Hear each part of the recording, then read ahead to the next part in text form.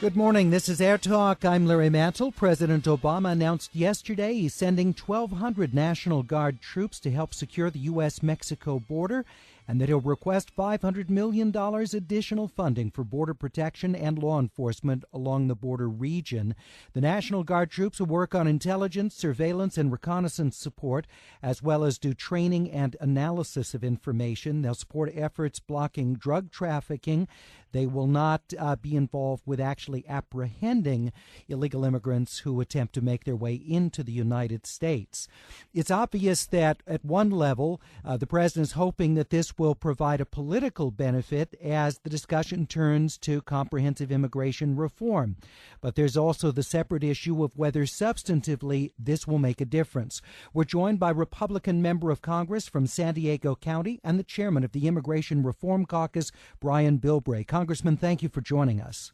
Honor to be with you. We appreciate it. Well, how much of a difference as a practical matter do you think this step will make? I think it's a nice gesture. I think that it sort of treats the symptom of the problem. I mean, you can't separate the drug smuggling, the immigration issue, the guns, and the money launderer. They're all being activated by the same group, and one way or the other, that you've got victims on all sides of this issue. If the president really wanted to do something to address the out-of-control border, then he's got to recognize it's a symptom of a bigger problem, and we need to crack down on the source of the illegal immigration problem. That's illegal employers throughout this country that are exploiting the poor illegals and using them as basically pawns in an economic game that the president needs to be able to grapple with and has to be brave enough to take on the big guys who are making the money off of this. So you support the Schuler bill that you co-sponsored with him, the SAVE Act that would require E-Verify for employers? Oh, absolutely. In fact, that's the one place that we've seen bipartisan cooperation on this issue. And Mr. Schuler got not only Republicans on board with his Democratic majority, but he also got members of the Hispanic caucus, the Black caucus, across the board. And I think it's one place where everybody can agree that if we focus on the illegal employers, we avoid all of the concerns that we've seen people raise with the Arizona situation. We're talking with Congressman Bilbray, the Republican from San Diego County who chairs the Immigration Reform Caucus. Also with us is Angelica Salas, Executive Director of CHIRLA, the Coalition for Humane Immigrant Rights of Los Angeles. Ms. Salas, good to have you with us on Air Talk. Thank you so much for having me, Larry. Do you support the president's move of allocating these additional 1,200 National Guard troops? No, I think that we are wasting taxpayer dollars. We know very well, and over 2 decades of experience have shown us that immigration enforcement without immigration reform just doesn't work. We've increased the budgets of the Border Patrol and of ICE in this country, now totaling close to $11.4 billion for the Border Patrol. We have another close to $6 billion for ICE enforcement. And what we've seen over all these years is that without actually fundamentally changing our immigration system, we're going to continue to have a ballooning undocumented population that is basically just much more targeted. I want you to compare those dollars spent for border enforcement and for interior enforcement with the amount of money that actually goes into processing legal paperwork in this country. The budget for the United States Immigration Services Bureau actually gets a budget of $2.8 billion.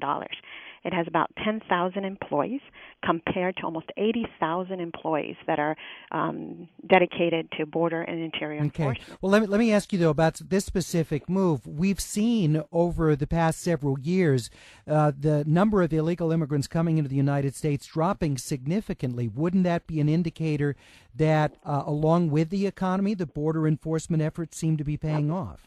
Well, no. The reason that people aren't coming to the United States is because there aren't jobs, and that what we've seen actually. Wayne Cornelius, he's the director of the Center for Comparative Immigration Studies at the University of San Diego, has demonstrated that usually individuals are caught the first time that they're trying to cross with the use of human smugglers through the borders, but that usually it's about almost 100% chance that they're going to cross on their second or third time. And what we've done, actually, without fixing our broken immigration system that doesn't allow for legal channels by which people can come in, is we've handed a whole group of people that should be processed by our government to a network of criminals along the border. If we really want to deal with the violence and the criminality at that border, what we would do is fix our immigration system so gardeners, nannies, day laborers, and others could actually come into this country legally. All right, we're talking with Angelica Salas, the executive director of CHIRLA. Congressman Bilbray, your response to that argument that these extra border control officers over the past several years, as well as the additional National Guard troops, aren't making a difference? Well, I think they're treating the symptom. I mean, first of all, let's clarify. America accepts more legal immigrants, 1 million a year, than any other country in the world. So we are a nation of legal immigration, and we are very, very open-minded and hearted to legal immigration. But again, it's easier politically for Washington to talk about so-called getting tough at the border rather than getting tough on the people who are actually creating the problem. And as the young lady pointed out, the jobs are the magnet. If the employers are not offering illegal jobs to illegal immigrants, the illegal immigrants are not going to come and they're not going to stay. And that's been reflected with the situation we've had in the last few years. So I would say again, the president is doing something, no matter what you question his intentions, that is treating a symptom or appearing to treat a symptom of the problem. But the real problem is that we need to implement a program that's very simple for employers to know who's legal and who's not legal to hire here in the United States. Okay, we got to get after the people who are hiring illegal on purpose. Congressman, your fellow Republicans, many of them have been saying they're not going to be willing to talk about immigration reform until the border is more secure. Does this address that concern, and is this going to make many of your Republican colleagues more willing to debate immigration reform? Well, it all depends on what they're talking about immigration reform. The fact is, the border will never be secure until we secure the workplaces in the United States. It'll always have a problem. We'll be able to go in there. And if you start announcing to the world that you're going to reward the legal immigration population, I'll tell you as somebody who spends most of my time in Latin America, I just got back from 2 weeks in Panama, you will not be able to build a fence tall enough or have enough National Guardsmen at the border if you announce to the world that the official policy of the United States is to create special status and special programs for those who are illegally in the country. It ends up being a golden ring. So there's no way to regularize, in your view, the people who've been living in this country on a long-standing basis but who aren't here legally? You cannot create a legalization system for those who've broken the law that you're not willing to offer at the same rate to those who haven't broken the law. Anyone knows that was the deadly mistake that we made in '86. And let me say deadly. Deadly means more people have died trying to come to this country illegally since the last amnesty every year, and more people than were killed in the Oklahoma explosion. And that this type of talk, this type of enticement for people to risk their lives and to break the law as a indication that America is going to reward them is counterproductive, not only from the law enforcement point of view, but from the humanitarian point of view. I'm one of the few members of Congress that have rescued illegals when they're drowning, recovered their bodies. I've seen them slaughtered on the highway. I grew up with 2 houses between me and the border.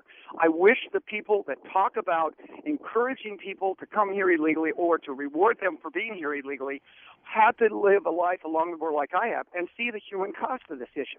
Now, is the lure, though, an amnesty that might or might not ever occur, or is it just simply the immediacy of a job today, that's really the carrot, not the idea that down the road someone's family may be regularized?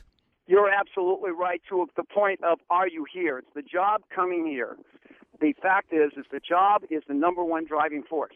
The other factor is the issue of the reward for being illegal. I was in a place called the Bay of the Sun in El Salvador, and a woman working the restaurant specifically said that her cousin said, "Get up here now because they're going to give amnesty." As soon as we stopped talking about amnesty, the conversation went to that her cousin was coming home because the jobs were drying up and that there wasn't going to be an amnesty program. That's the kind of thing that more people in Washington need to spend some time south of the border talking to the real people south of the border about how they perceive this and how they see what we're doing. Because they're listening, they're watching on television, they're reviewing everything. I mean, if you're in Puebla, you're watching the news in New York. If you're in Morelia, you're watching the weather report coming out of Chicago. And Americans got to understand the world is watching, and what we say in Washington affects what happens at the border and what happens all up and down this Western Hemisphere. Thank you very much, Congressman Bilbray. We know you're tight on time. Appreciate your talking with us on Air Talk.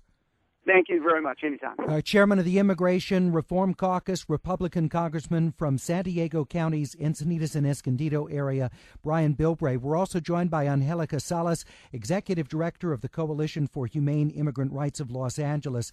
Ms. Salas, so it sounds like Republicans, even with this move by President Obama, are not going to be necessarily looking at comprehensive immigration reform. You think, though, that as this issue comes up in Congress, there will be some softening on that? Well, what I've seen over, I would say, over a decade of trying to fight for the passage of immigration reform is that there's no satiating the need for enforcement, border or interior enforcement from the Republicans, and that their response is always no, no, no, and they always ask for more punitive laws, and their response still is no. What I do see them saying yes to, however, are legislation like what passed in Arizona at the hands of a Republican legislature. And so I think that the Republican Party has a choice, and the choice is they're either going to stand for reform or they're going to stand with these punitive laws, as in Arizona, which stand for racial profiling and racism. And they're at a crossroads as a party. And I know that for a fact that they're losing for a generation a group of Latinos who would very much maybe stand with them on many other social issues, but will not stand with them anymore as they have continued to attack the community. Congressman Bilbray talks about the 1 million people who come in each year. What he doesn't say is that those 1 million people who came in this year have been waiting for over 2 decades to come into this country because we have never put enough attention to the actual processing of paperwork. And to say to everybody, people come here for family. They come to be here with their spouse, with their children. That's the reason they're here. And people in Mexico and Central America, all over the world, would like to stay in their home country. Okay. And that's where they're going to stay if there's opportunity. Thank you so much, Ms. Salas. We appreciate it. This is Air Talk on KPCC. Great to have you with us on Air Talk. If you want to weigh in on President Obama's deployment of 1,200 National Guard troops to the southwestern border, the U.S. and Mexico, you can do that on the Air Talk page, kpcc.org. Let me know what you think. Do you think it's a good move by the president? Do you think it might be a step toward comprehensive immigration reform? Or do you think that it's largely political window dressing, not going to have a real impact?